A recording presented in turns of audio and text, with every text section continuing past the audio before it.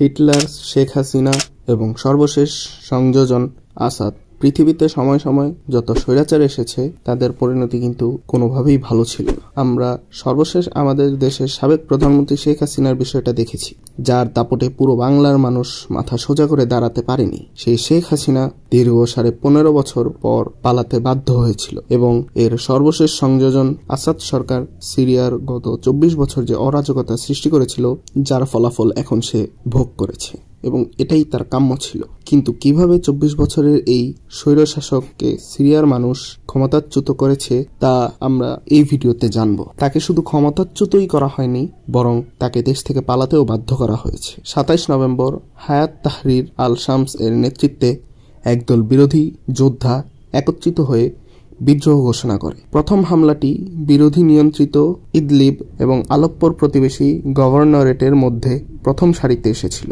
3 দিন পর বিরোধী যোদ্ধারা সিরিয়ার দ্বিতীয় বৃহত্তম শহর আলেপ্পো দখল করে নেয়। এই দুটি আক্রমণের নাম দেওয়া হয় অপারেশন ডিটারেন্স অফ অ্যাগ্রেশন। বেশ কয়েকটি সশস্ত্র সিরিয়ান বিরোধী দল দ্বারা এবং মিত্র তুর্কি সমর্থক দলগুলো এই অপারেশনে সামিল হয়েছিল। সিরিয়ার দ্বিতীয় শহর আলেপ্পোর বেশিরভাগ অংশ বিরোধী বাহিনীর হাতে চলে যাওয়ার পর প্রেসিডেন্ট বাশার আল আসাদের শাসনে টিকে থাকা ভারসাম্যহীন হয়ে পড়ে। 2015 সালে রাশিয়ার হস্তক্ষেপ মিস্টার আসাদের পক্ষে সংঘাতের জোয়ারকে পরিণত করার পর থেকে এটি বিরোধী দলগুলির সবচেয়ে উল্লেখযোগ্য লাভ ছিল। আবু মোহাম্মদ আল জুলানির নেতৃত্বে বৃহত্তম এবং সবচেয়ে সংগঠিত এই আক্রমণের কয়েক বছর ধরে ইদলিবের গভর্নর শাসন করেছিল। এই অভিযানে অংশ নেওয়া অন্য দলগুলো হলো national front for liberation, Ahrar আল শাম, জাইস আল ইজ্জা এবং নূর আল দিন আল জেনকি মুভমেন্ট, সেই সাথে সিরিয়ার ছত্রছায়ায় তুর্কি সমর্থিত দলগুলো এবং জাতীয় সেনাবাহিনী। বিরোধীরা খুব দ্রুতই দেশের বিভিন্ন গুরুত্বপূর্ণ শহরগুলো দখল করতে শুরু করে। তারা 5, 6 এবং 7 তারিখের মধ্যে হামা ও হোমস দখল করে। এরপর খবর পাওয়া যায় যে বাশার আল আসাদ দামাস্কাসের আশেপাশে শূন্য ছড়িয়ে দিতে শুরু করে। প্রথমত এটা ভুল বলে সেনাবাহিনীরা ঘোষণা করলেও পরে দেখা যায় যে সত্যিই দামাস্কের আশেপাশে সৈন্য ছড়িয়ে দিয়ে পালিয়ে যায় আসাদ। 2015 সাল থেকেই বাশার আল আসাদকে সাহায্য করেছিল রাশিয়া। রাশিয়া সময় সময় তাদের অত্যাধুনিক ও খুবই ক্ষিপ্র বাহিনীকে সিরিয়ায় পাঠিয়েছিল, যারা পুরো সিরিয়াকে শান্ত রাখার চেষ্টা করেছিল এবং তারা সফল হয়েছিল। এছাড়াও তাদের আরেকটা মূল উদ্দেশ্য ছিল ইসরায়েলের উপর তদারকি করা। শুধু রাশিয়া বললে ভুল হবে, ইরানও খুব ব্যাপকভাবে সাহায্য করেছিল আসাদকে ক্ষমতায় রাখার জন্য। কিন্তু প্রশ্ন আসতে পারে, এত বছর রাশিয়া ও ইরান আসাদকে সাহায্য করলে এবার তারা সাহায্য করেনি কেন? এই প্রশ্নটার উত্তর 2 ভাগে দিতে হবে। প্রথম ভাগে আলোচনা করতে হবে রাশিয়াকে নিয়ে এবং দ্বিতীয় ভাগে আলোচনা করতে হবে ইরানকে নিয়ে। প্রথমে বলা যাক রাশিয়াকে নিয়ে।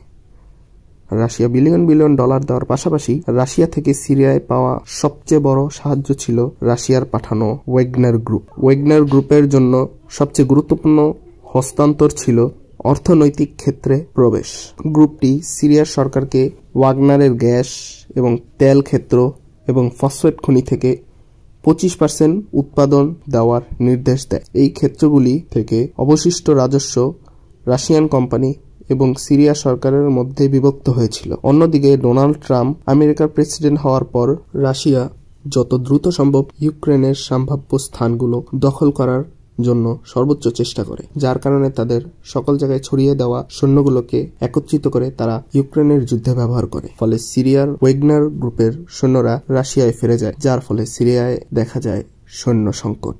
এবার কথা বলা যাক ইরান সম্পর্কে। 2020 সালে কাসেম সুলাইমানিকে অ্যাসাসিনেট করে ইউএস, যার ইন্টেল পাওয়া গিয়েছিল ইসরায়েল থেকে, এবং ইসরায়েল অ্যাসাসিনেট করেছিল ব্রিগেডিয়ার জেনারেল রেজা জাহেদিকে, যার ফলে ইরান ইসরায়েলে একটু দ্বন্দ্ব শুরু হয়। এরা দুজনেই একে অপরকে কদিন পর পর মিসাইল ছড়াছড়ি করে। ইরান থেকে হিজবুল্লাহর কাছে যে অস্ত্রগুলো যায় তার প্রধান রোড কিন্তু সিরিয়ার ভেতর দিক দিয়ে। এছাড়াও ইরান সিরিয়ার সাথে গত 40 বছর ধরে সম্পর্ক স্থাপন করে আসছিল, কিন্তু ইরান ইসরায়েল ও অন্যদিকে রাশিয়া ইউক্রেন যুদ্ধের কারণে সিরিয়া একটু দুর্বল মিলিটারি দেখা যায়, ফলে বিদ্রোহীরা যুদ্ধটাকে বা আন্দোলনটাকে এগিয়ে নিয়ে যেতে পারে। এখন প্রশ্ন হলো, আসাদ কোথায় আছে? এই উত্তরটা মূলত কারোই জানা নেই। সিরিয়ার প্রধানমন্ত্রী মোহাম্মদ গাজী আল জালালির মতে তিনি এবং তার প্রতিরক্ষা মন্ত্রী আলী আব্বাস দুজনেই অজানা অবস্থানে রয়েছে। আল আরাবিয়া নিউজ ওয়েবসাইটকে বলেছেন যে শনিবার রাতে তাদের যোগাযোগ বিচ্ছিন্ন হয়ে গিয়েছে। তো এই ছিল কয়েকদিনের ঘটনা।